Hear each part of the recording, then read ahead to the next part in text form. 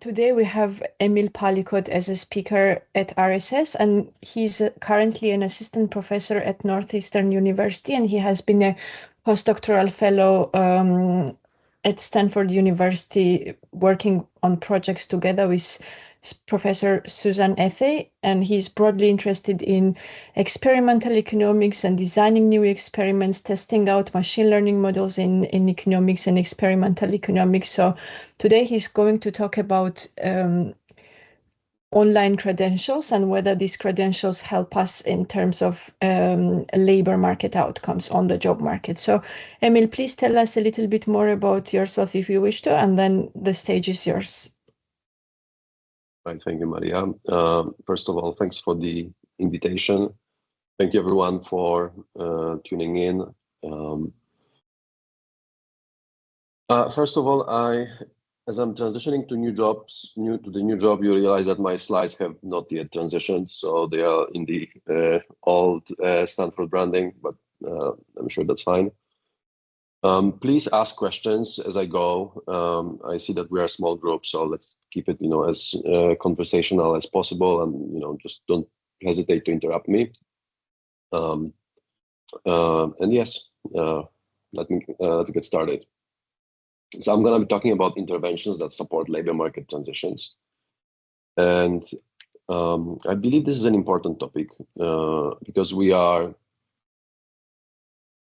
to an increasing extent, in this reality of substantial structural change in the labor market. So what I mean by this is that there is plenty of occupations and industries that are predicted to decrease in the sense of the share of people working there, and there are other occupations that are increasing. So here in the slide, I am showing a predicted percent employment change for selected occupations in the US. You can see that there are some like those in office administration or manufacturing, where fewer people will work in the future, while there are those in technology or healthcare where we anticipate that more people will work. So naturally there will be a big chunk of people who would want to transition away from those declining occupations and move towards those occupations that are on the rise. And this is a phenomenon that is already underway. There's this shocking statistic that I came across from Bureau of Labor Statistics from May, that 67% of US workers that switched jobs changed occupation and the industry when they were making the change. So 2/3 of people who change jobs are already moving across an occupation, across an industry. So this kind of repositioning or restructuring of the labor market is something that is very much on the way. And this statistic didn't look like this way 10 years ago or 20 years ago.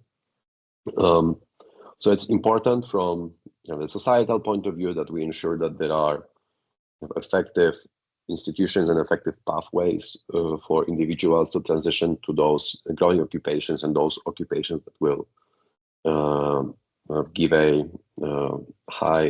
create attractive career opportunities. One let's say institution that people often turn to when they are preparing for their labor market transition is educational technology. So here on this figure, I'm showing results from Coursera Learner Outcome Report, where Coursera asked their learners what is the objective that they have in pursuing the Coursera offerings. And what you see there is that 85% of Coursera learners are participating in this program for career objective. So this could be either that they want to develop the skill in order to advance in the current job. It can be that they are entering the labor market or maybe looking to switch to a new position. But basically, vast majority of people participate in these offerings because they want to change job or advance in their job. At the same time, the evidence on how effective this type of online education or educational technology is quite scattered. I think it's growing. There's more and more people writing papers and doing experiments in this space, but I think it's still quite scattered, at least, especially in comparison to how many people are participating in this educational technology offerings. So the majority of evidence that we have is based on their observational data and some natural experiments or survey experiments, recruited experiments. So what I want to show today is type of work we've been doing that exploits randomized experiments and looks at job outcomes. And I think this is really important, again, because it touches a lot of people. This is simple graph, which looks at the number of learners on educational technology platforms globally. And you can see that by 2028, this is projected to be 1 billion people. So that in my mind, like when I started being interested in the space, it feels like there is, so many people participating, and at the same time, not so much evidence on it. For this talk, I want to focus on the skills signaling component. So there's this kind of funnel here on the left that I'm thinking, what's the process of, from the moment somebody enrolls into the EdTech platform to getting a job. Of course, there's a job acquisition. There's the application for a job, employer looking at the job, interview, and job offer. So what I'm particularly interested for this talk in is this element of signaling skills. So thinking of workers who have already acquired skills and looking what are the effective strategies to signal. So this is, first of all, interesting to me by itself, but this is also a critical layer that shapes the incentives to participate in the first place, right? Because those skills are really only helpful if they can be credibly communicated to employers. And I want to show you evidence from two papers. First one, very briefly, kind of a warm-up, which is my work with Susan Athey, in which we randomize access to a digital program that helps women build portfolios demonstrating skills relevant for IT jobs. So in this work, we randomized access. The program has been focused on signaling skills, but because it's an access experiment, it also had other components such as skills like skill acquiring and demonstrating skills. So this is not really isolating the impact of skills, but it's still a program focused on skills signaling. And then the second work, also of Susan Athey, is in the context of Coursera, where we were able to design an experiment which isolates skills signaling. So we're gonna fix the group of people after they have participated in a program, and then some of them will be nudged to signal their skills with a certificate, and others will not. All right, so let me get to the first work. It's called Effective and Scalable Programs to Facilitate Labor Market Transitions for Women in Technology. It's a joint work with Susan Athey.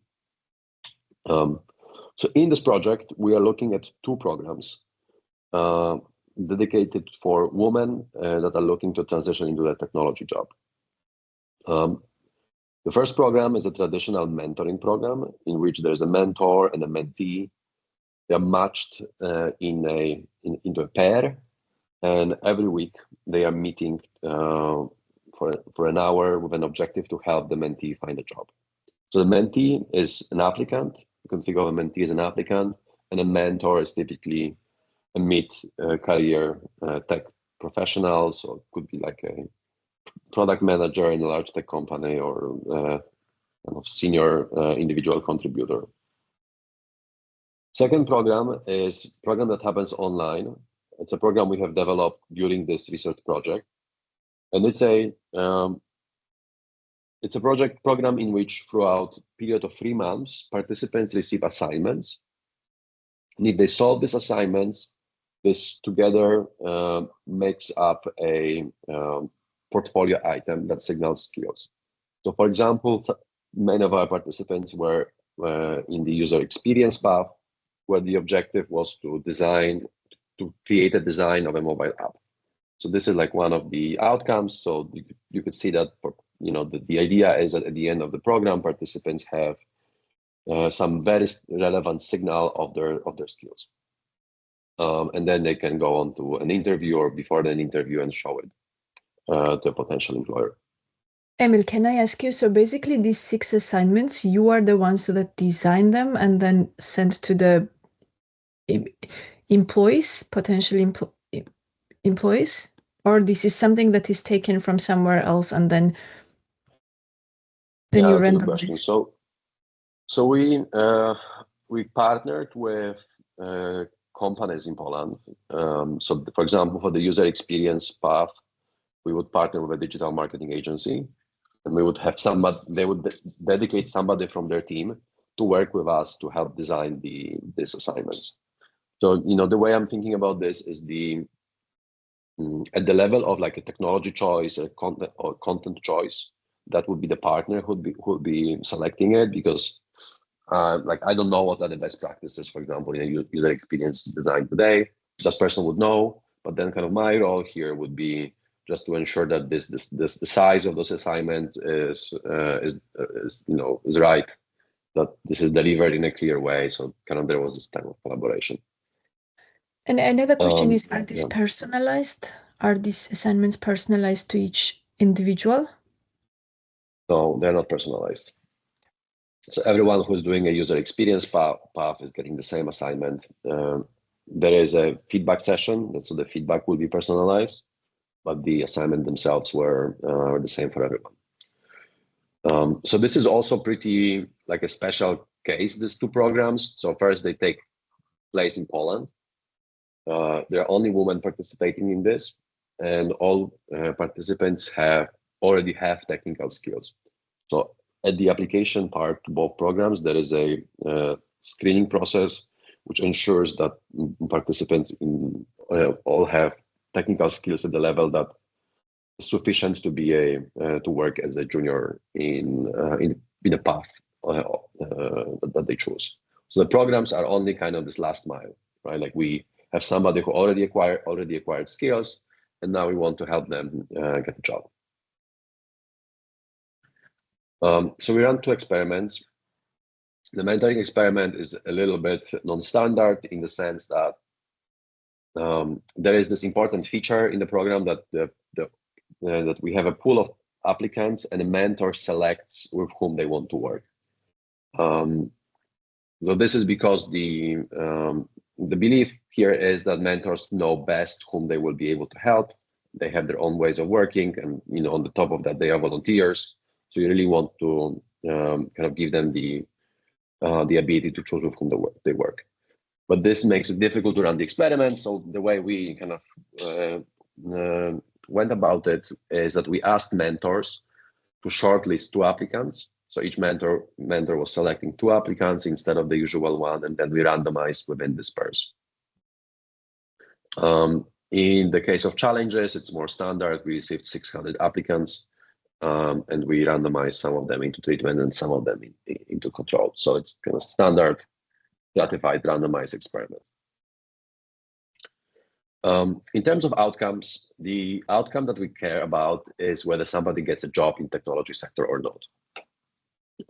We measured this through LinkedIn profiles. So for all the applicants, we had the LinkedIn profile URL, and so we were able to observe whether in a given month they reported having a job in technology or not. And we were tracking it for a little bit over a month, over a year. So in this figure here, you can see the 4 groups: mentoring treatment, mentoring control, challenges treatment, challenges control, and the share of subjects in this group that reported having a job in technology.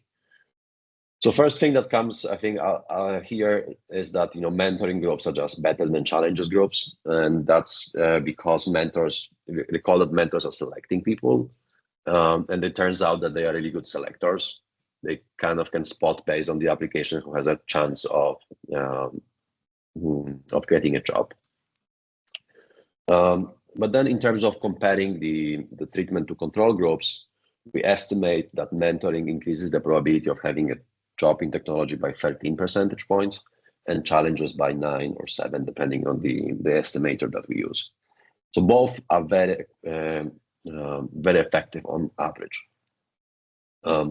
What is interesting, I think, so particularly interesting, is that we find a huge degree of treatment effect heterogeneity. On this slide, I'm showing just 3 dimensions. There's a type of residence, there's type of education, and there's a level of experience. And these are estimates from the Cox proportional hazard model. And I want to focus on this high experience versus low experience distinction, because it goes different ways for the two programs. And particularly looking at the at the challenges, so the blue bars here, you can see that the low experience here are people that have less than 3 years of professional experience. So these are people that have either maybe had a first job, or they are still students and they are entering the labor market.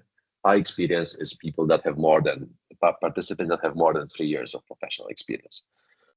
And it's quite striking, right, that the Challenges program was basically ineffective for those highly experienced individuals, while those entering the labor market have a very strong treatment effect. So this really shows that building a signal of skills, of these technical skills, is useful for someone entering the labor market who probably doesn't have other signals, right? While someone with a high experience, even if it might be an experience from slightly different occupation, it's still something that employers probably are taking into account. So for these highly experienced people, the credential was not so effective, was not so important. So just like to wrap up this project, I just want to say that Challenges is an online credentialing program. It's pretty light touch, right? It's 6 assignments. Each assignment maybe takes 3 hours to complete. There is some feedback session, but at the end, we really found that there is a high treatment effect from participating in this type of program, and that has been, in our opinion, pretty surprising that that there has been such high response, and then that this response has been really focused on within the individuals entering the labor market. What is quite, I think, important to keep in mind that in the Challenges we have randomized participation, and so this is not only about signaling, therefore, right? Like, so individuals, by solving this assignment, probably learned something. By participating in the program, they maybe met other people. So there are like other differences between treatment control group than just the fact of having this signal.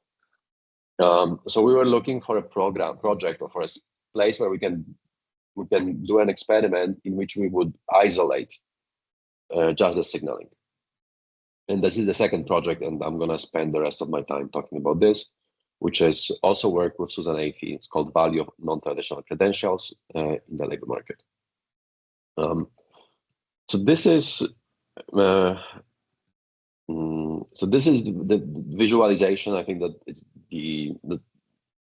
this picture speaks 1,000 words. This is basically what's happening in the whole paper. So we had a group of Coursera learners. These Coursera learners completed the course. This is a certificate course, so upon completion, they receive the certificate. So this is a digital certificate that Coursera gives to everyone who completes a certificate course. It's designed to be shared on LinkedIn account, designed to be shared on a resume, can be pretty much shared anywhere online. And then among those learners, we split those learners into a treatment group and a control group, and the treatment group got an access to credential feature. I'm going to talk in detail what was this credential feature, but basically think of this as a feature within Coursera app that increases the makes it easier to share credentials and reminds participants to share them.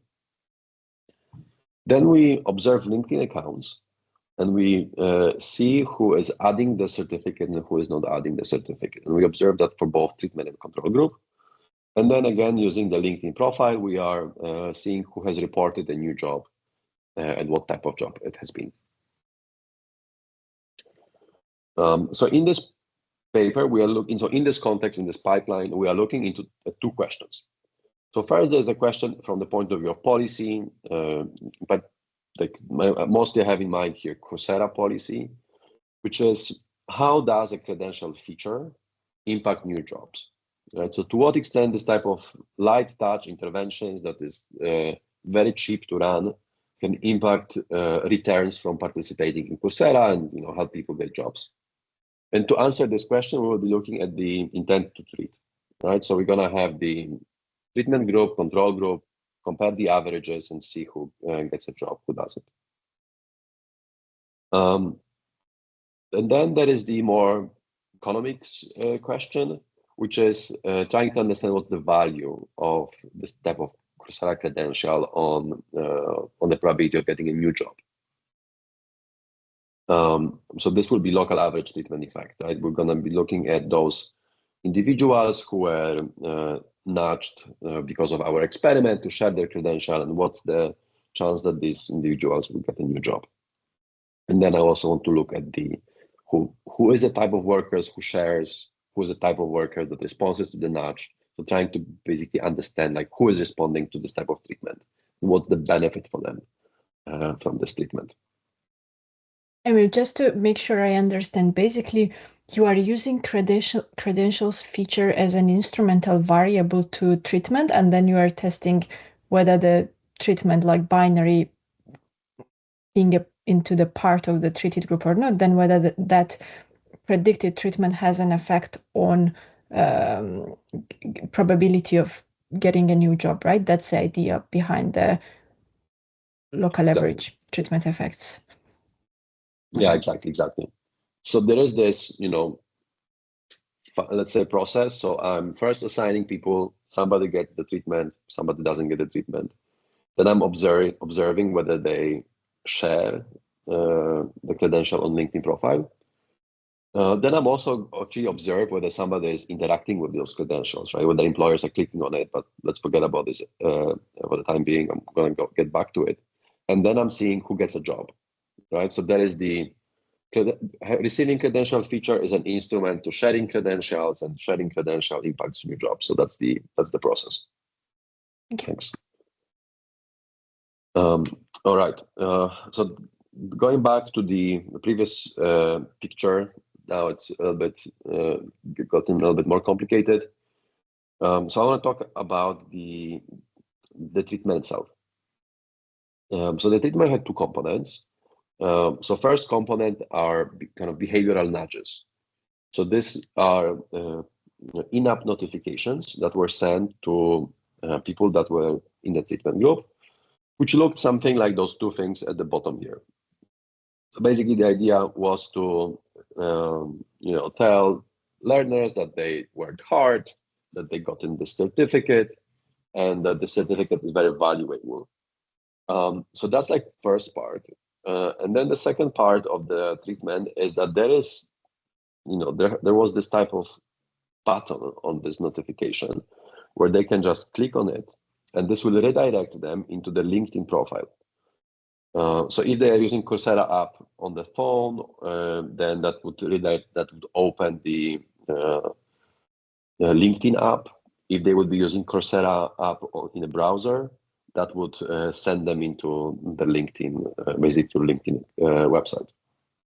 And once they get there, they're sent directly into the certificate page where the Coursera certificate is already pre-filled. So they don't need to add anything. They don't need to copy paste anything. They just see their certificate on the profile, and they need to, again, click confirm. So basically within 2 clicks, they can get the certificate into their LinkedIn account. In contrast, the control group would have to go to their Coursera certificate page, copy paste a URL from this for the certificate, go to the LinkedIn profile, and paste the certificate. So it was a little bit more complicated. So that's about the treatment. So in terms of the enrollment into the experiment, the enrollment happened between October 2022 and February 2023, and it happened in monthly batches. I have another, this is a better way to look at this. So we were taking all Coursera learners that were in the demographic we were interested in between October and February. And the treatment would happen the moment those individuals at the end of the month, right? So think of this: everyone who graduated with a certificate throughout October, at the end of October, is randomized into treatment control, and the treatment group gets the nudges in the process. And the same thing happened in November, in December, January, and February. And then at the end of September 2023, we collected data from LinkedIn profiles. So that is so for different monthly cohorts, we had a different length of data, right? So the October cohort was measured from October to September, and then the February cohort from February to September. So this is kind of some summary statistics on the sample. So first, there is this full Coursera sample for whom we are observing all the interactions within Coursera app and interactions with the certificate. These are 765,000 learners, and these are all learners that have gotten a certificate in this period and are either learners from developing countries or are learners with no bachelor's degree. Then there is a subset of these guys who have included LinkedIn URL on their Coursera profile upon registration. So think of this, that there's someone who is enrolling for a Coursera certificate. At some point, they are asked, can you please share your LinkedIn URL? And some people chose to share. And there is 37,000 people like that. So that's something that I think it's important to keep in mind, that our LinkedIn match sample are individuals who selected to share their Coursera profile, their LinkedIn profile, but they've done it before the experiment. All right, in terms of some statistics, so 89 and 85% of people, depending on the sample, come from developing countries. In the full Coursera sample, 13% of people have a bachelor degree. In LinkedIn match sample, 36%. Each certificate, each program teaches various skills, but Coursera selects the one that is the most important and measures people on the proficiency on the skill. The LinkedIn match sample has scored much higher in the proficiency of the main skill than the Coursera sample, so there is this big difference here. 63 and 67% of people participate in a technology certificate. And then for LinkedIn sample, we observe some information from their LinkedIn profiles. In particular, we are interested here in their professional history, where we find that on average, people have 3 years of professional experience. So majority of our learners are new learners, right? So people who are entering the labor market, they don't have a lot of professional experience.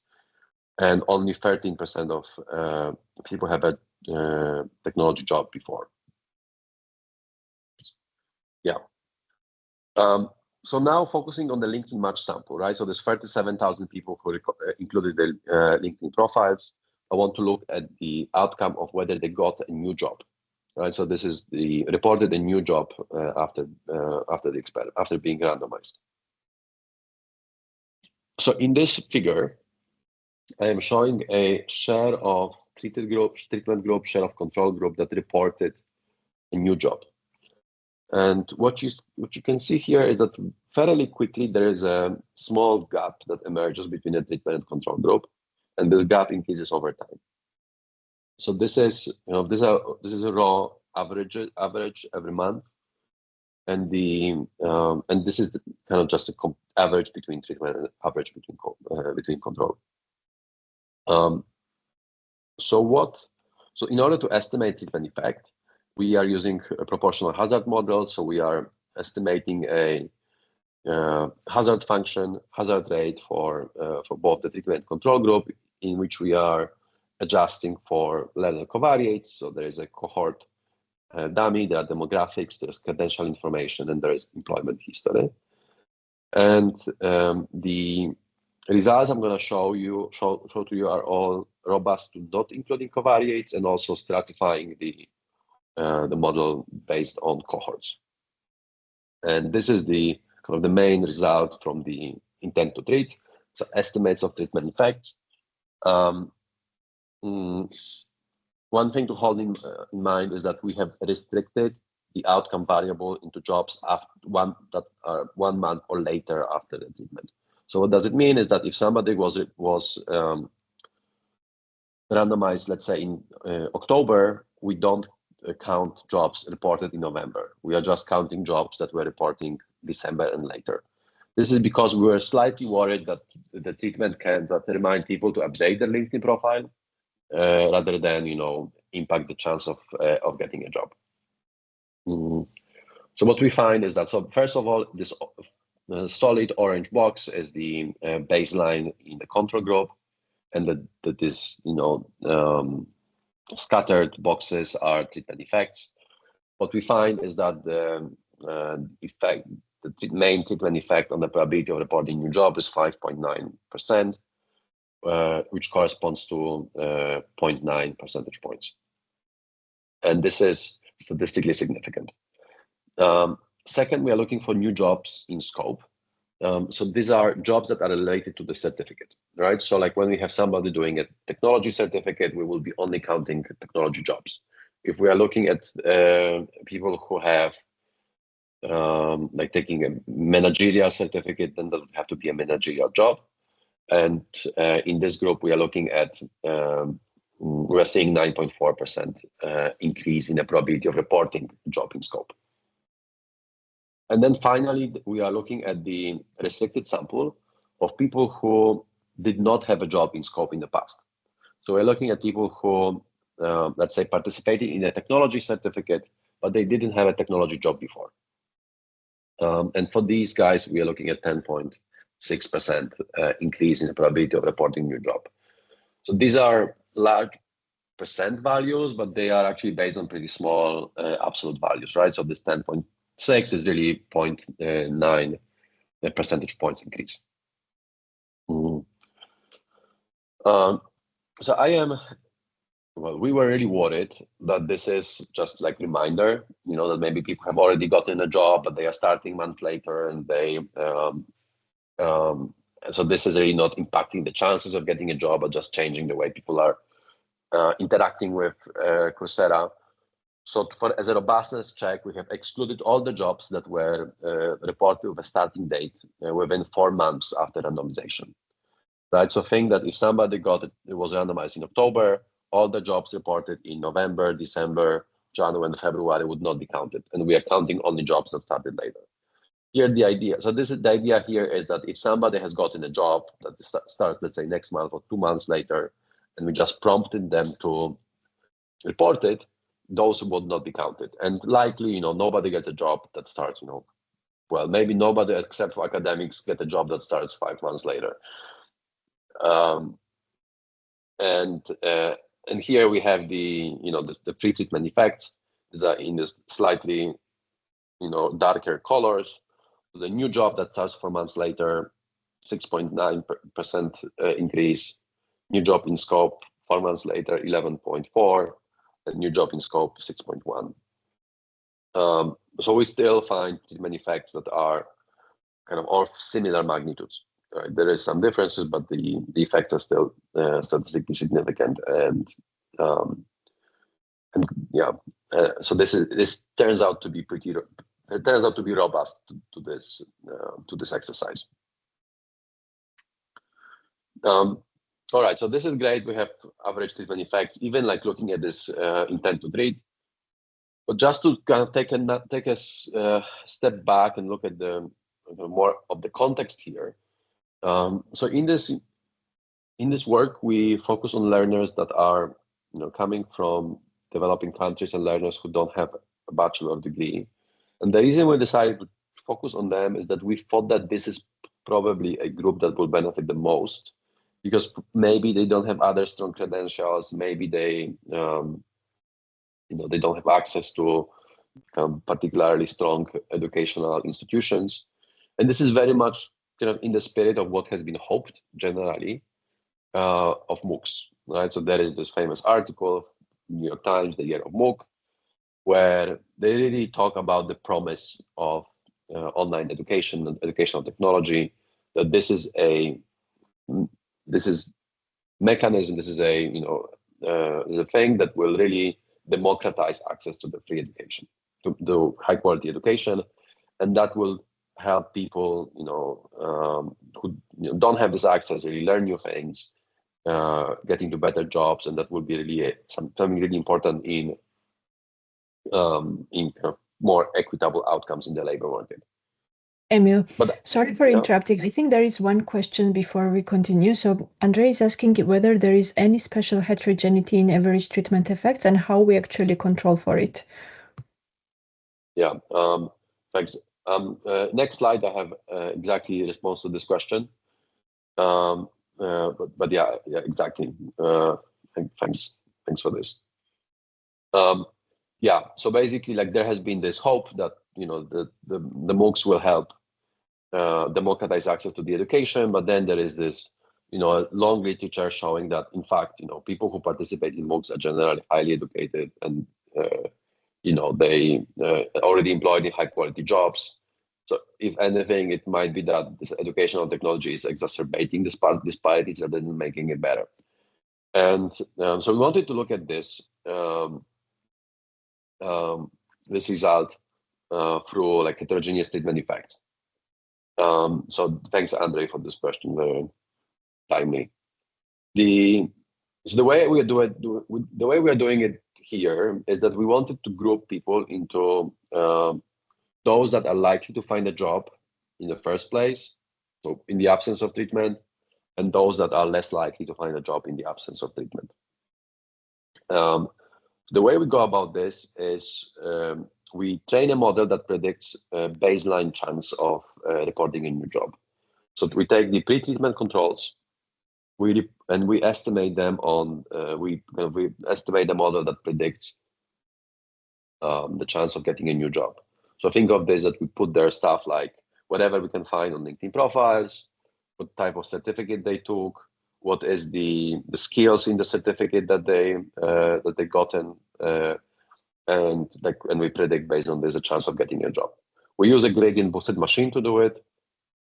We predict then from both treatment and control group, and we organize observations into tertiles using cross-fitting. So the observation that is being allocated is not used in the model training.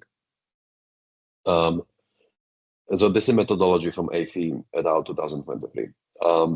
So based on this, we group people into high employability, medium employability, and low employability, where the high employability have over 30% of baseline chance of reporting a new job within this period, and low employability has something like 10% chance of reporting a new job. What we find is that the treatment effect, so the thing here in the square brackets, is very small and statistically insignificant for highly employable people. It doesn't look like our treatment has helped those guys find a job or report a job, while we have a sizable effect of 11% for low employability. So what we see here, that at least within the sample that we have, the treatment effect is driven by low employability. And it looks like the credential sharing, being incentivized to share credentials, is actually it's a type of intervention that leads to more equity in terms of outcomes rather than increases the disparity in outcomes. So let me now move to local average treatment effects, right? So now looking at the value of credential sharing for the chance of getting a job. This is the part which is still in progress. We are trying to figure out what's going on here. But basically what's going on is that in the first stage we are regressing credential feature on credential sharing, right? What's the impact of being targeted with the notification on the probability of sharing a credential? And we find that there's a 2.8 percentage points increase in the probability of credential sharing. In the second stage, we are regressing the credential sharing on the probability of getting a new job in scope. So what happens here is that we are finding an extremely high local average treatment effects, 24%,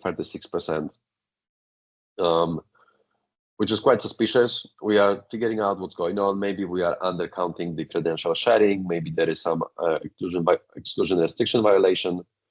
So this is kind of preliminary, but basically what we find so far is that there is actually a very high local average treatment effect, which would suggest that those individuals who are prompted to share the certificate are very likely to find a new job.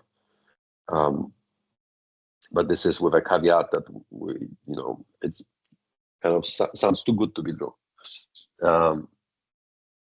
And one worry that we had here is that maybe just generally credentialing feature encourages more LinkedIn engagement, right? So maybe these are people who have, if you have been prompted by the credential by the treatment to share your credential, then maybe you're gonna be maybe you're gonna become a more active LinkedIn user, right?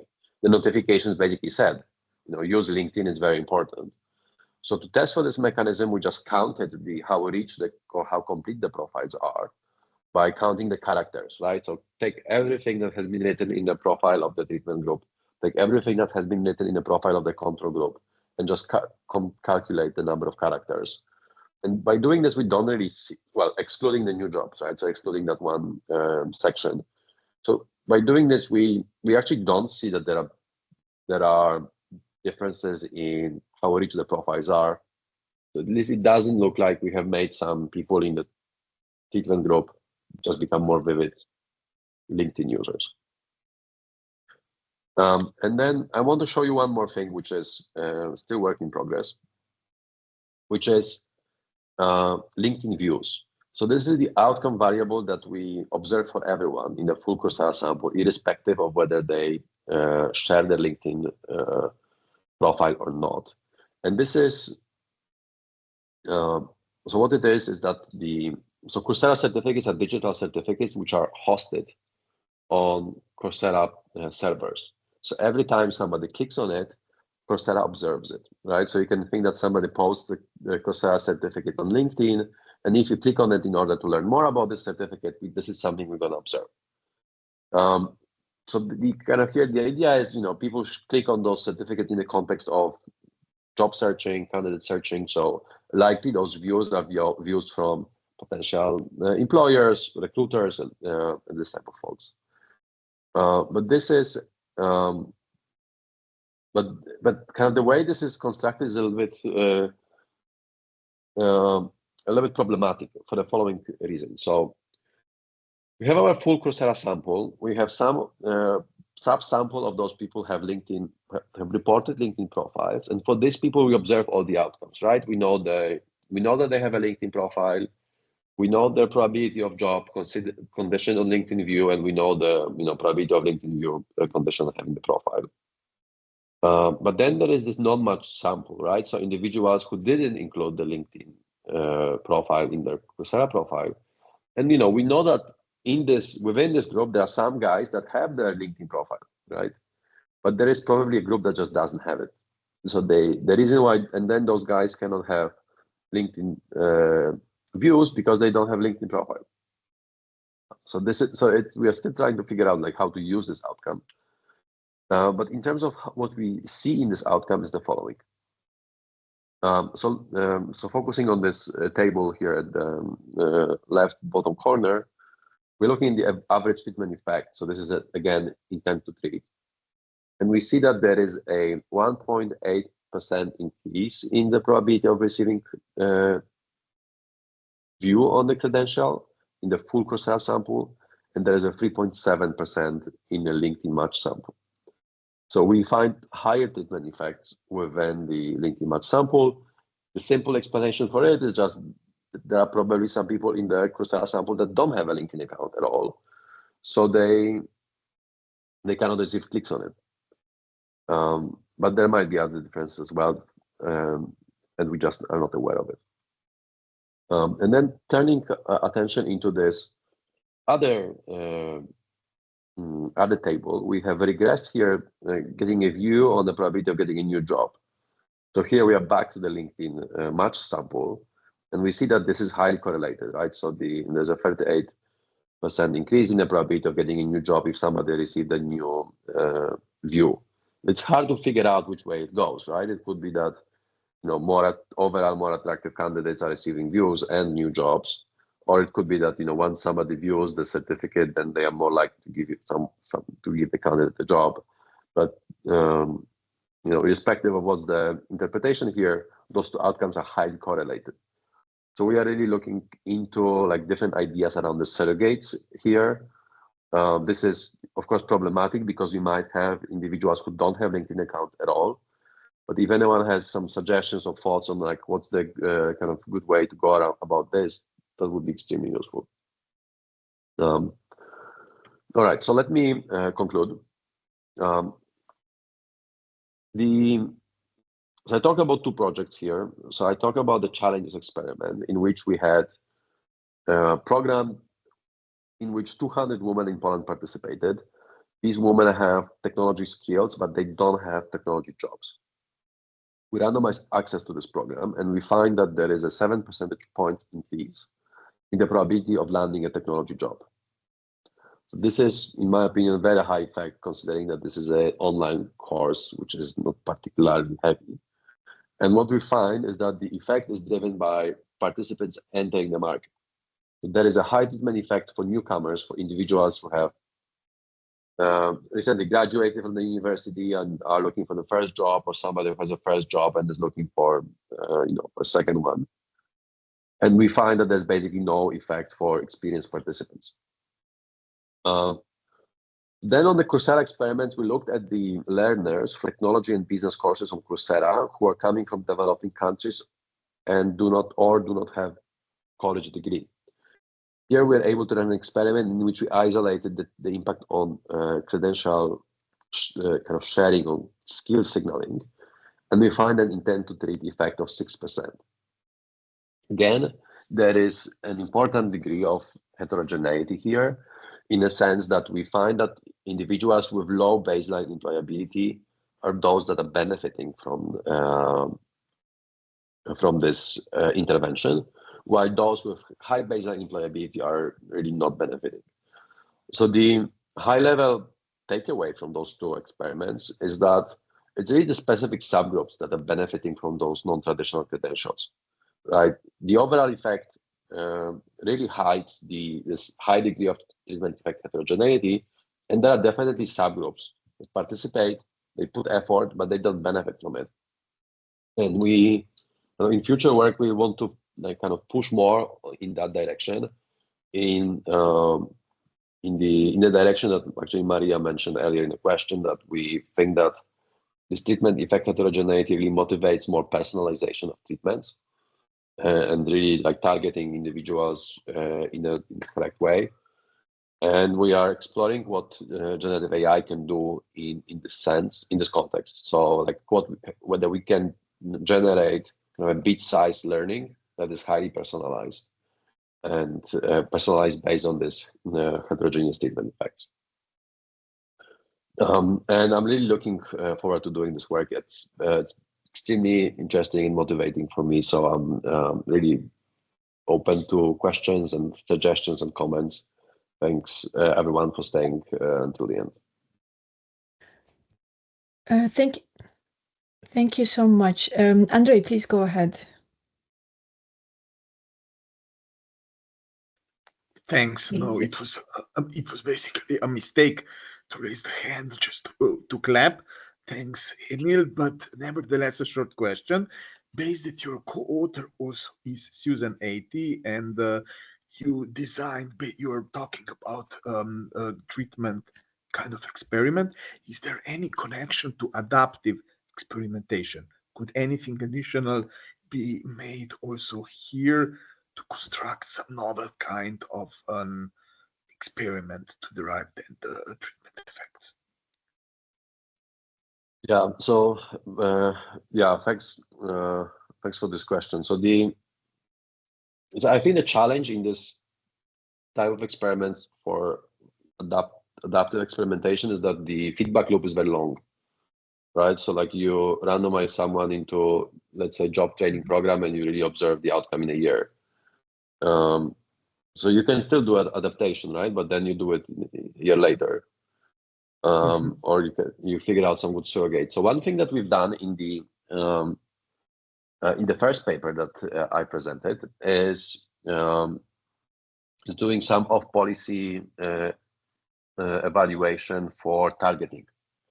So you might recall that we have those two programs. One is a mentoring program, one is this online program, and there are clearly subgroups that benefit more from mentoring. There are other subgroups that benefit more from challenges.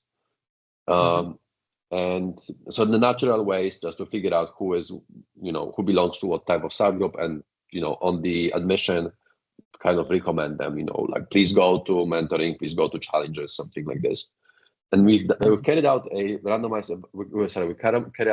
Carried out an off-policy evaluation of this type of targeted policy, and we actually find that there are high potential gains. So I don't have a number at the top of my head, but it's a two-digit gain that you can get out of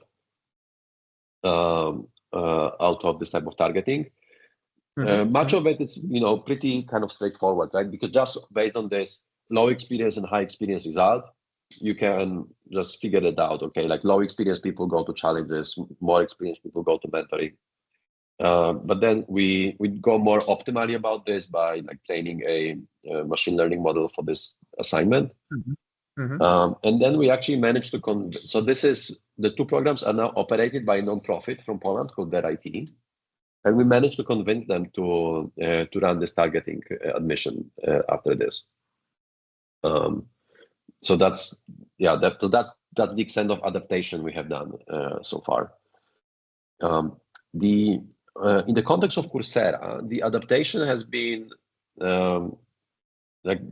are taking a different route about this, which is they want to have a recommendation system for the next course on the basis of results from this experiment and another one we are running with them right now. Which is, they always had a recommendation system, but they were always optimizing for engagement. And now there is the addition to let's add the outcomes component to the recommendation system. But we don't know how it's going to work. We're setting up experiment on this, but let's see. So this is, like from the adaptation point of view, it's kind of challenging here that this is the best ideas I had so far.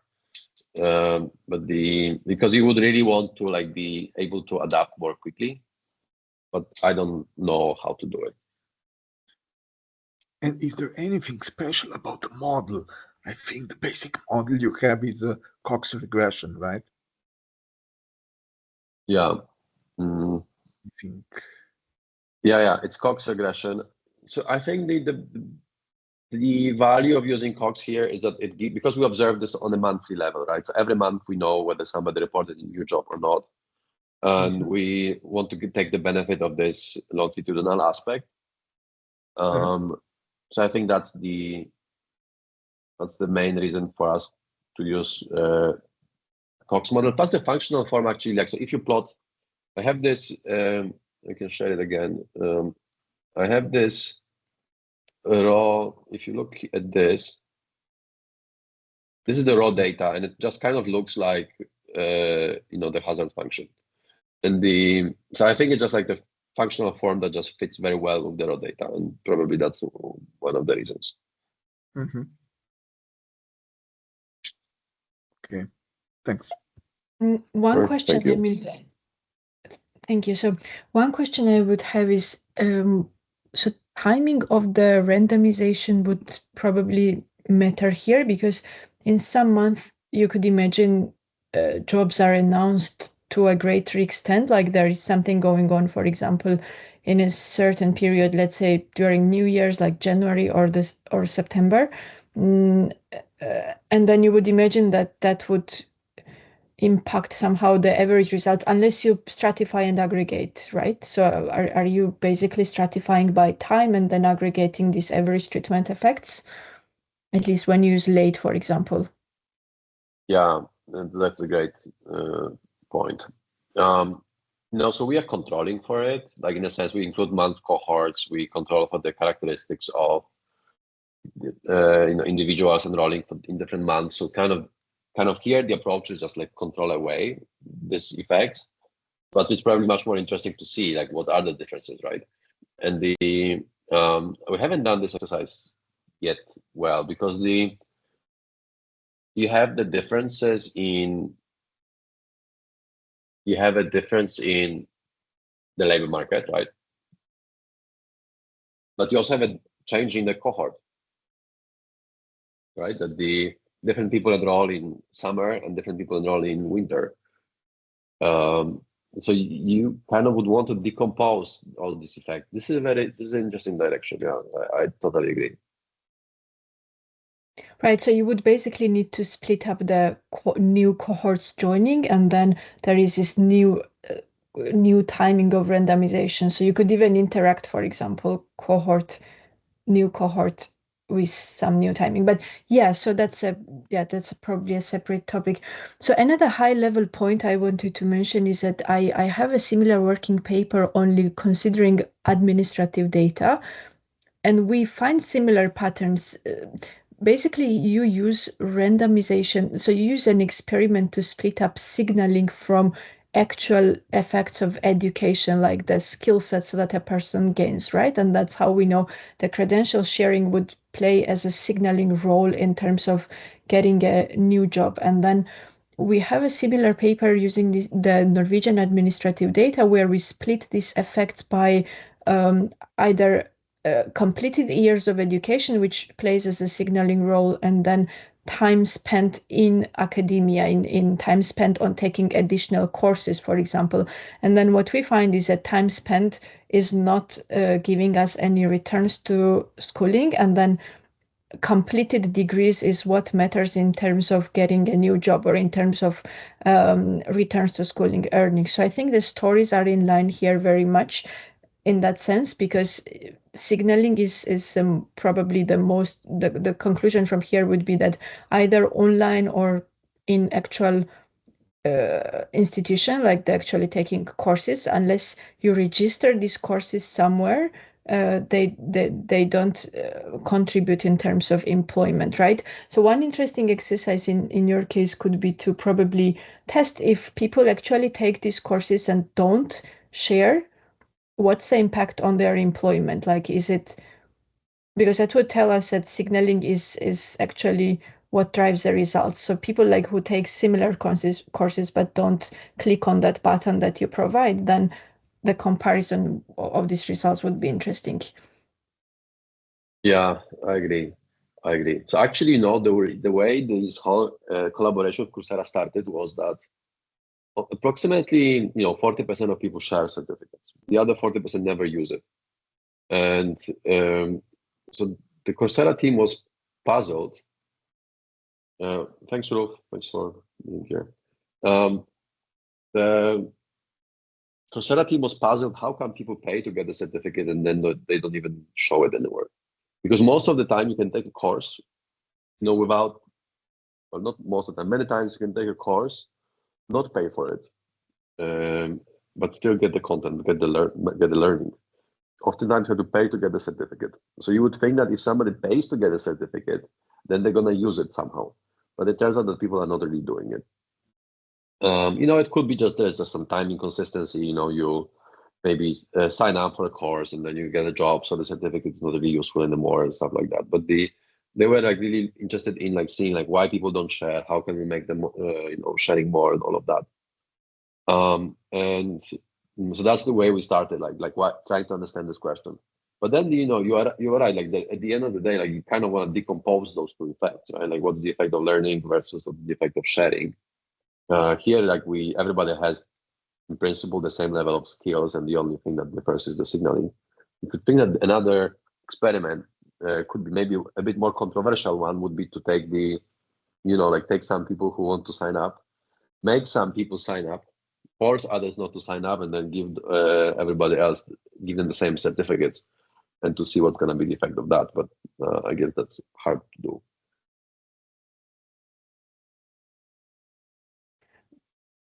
Thank you so much for everyone for joining. Like if you have to leave, you can leave. I will ask one more question and then so regarding your last part where you estimate regression of a new job on views, right? Basically whether the new job increases LinkedIn views, if I'm not mistaken, that's the idea.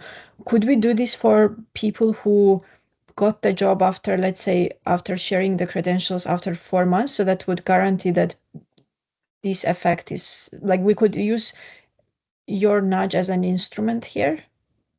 Yeah. So this correlations are very strong. So we can do all of that, and that goes through.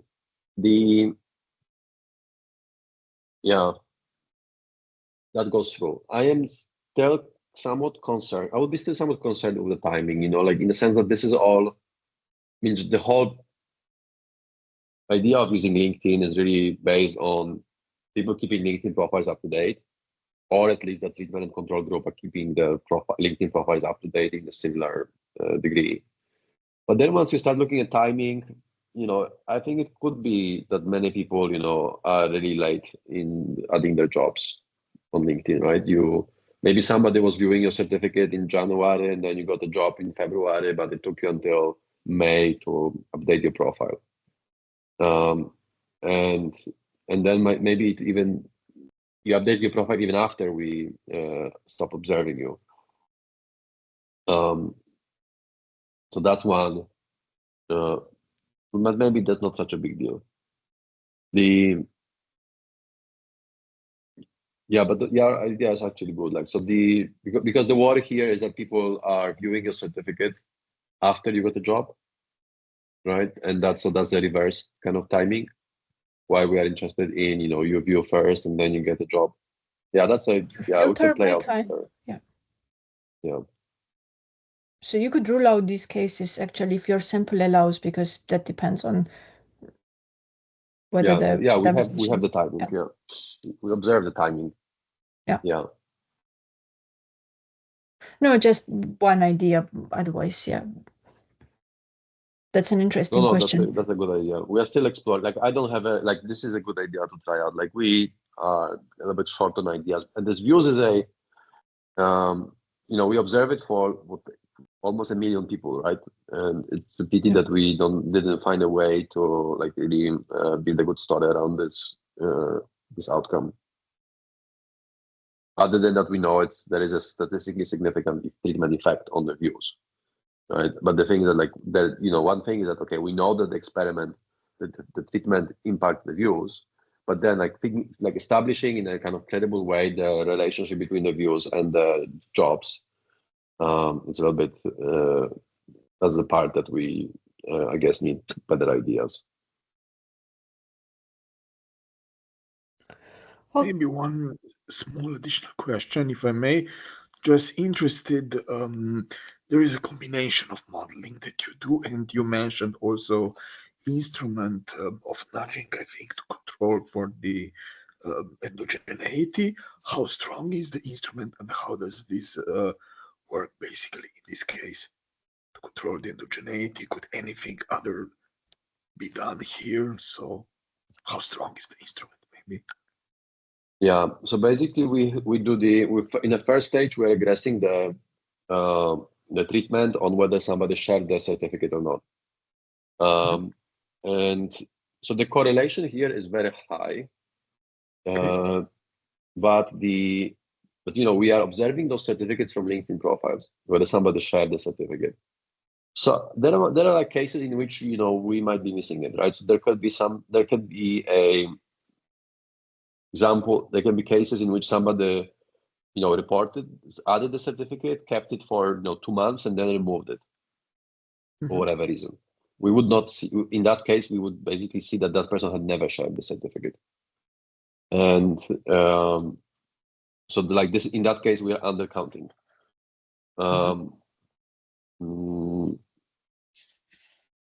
Yeah, and there is there's also another.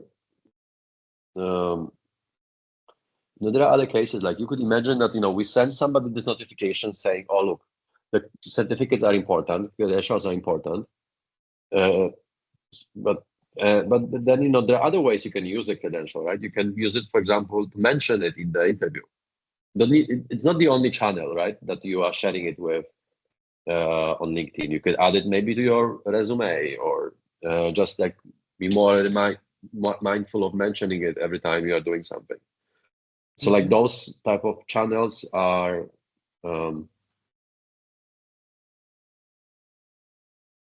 you know, in a sense, like this, if this is a very prominent channel that just people are describing this certificate on during their interviews, then the exclusion restriction is violated, right?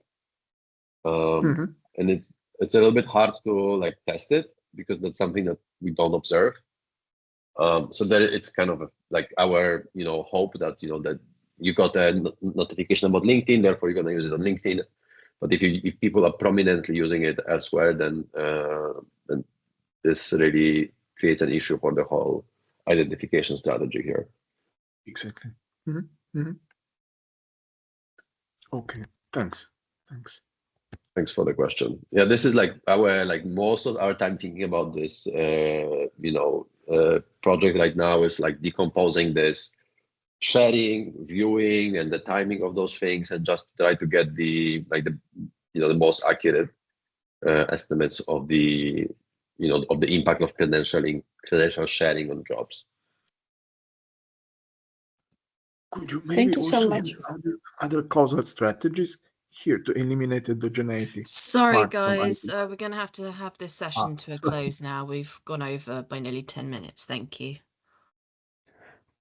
Thank you. Please reach out to Emil with all the other questions. I'm going to send you a couple of emails as well. So thank you so much for presenting. This was extremely interesting topic, and thanks a lot. Hope to see you in the future on other webinars. Thanks for joining. Thanks for the questions. Thank you. Bye-bye.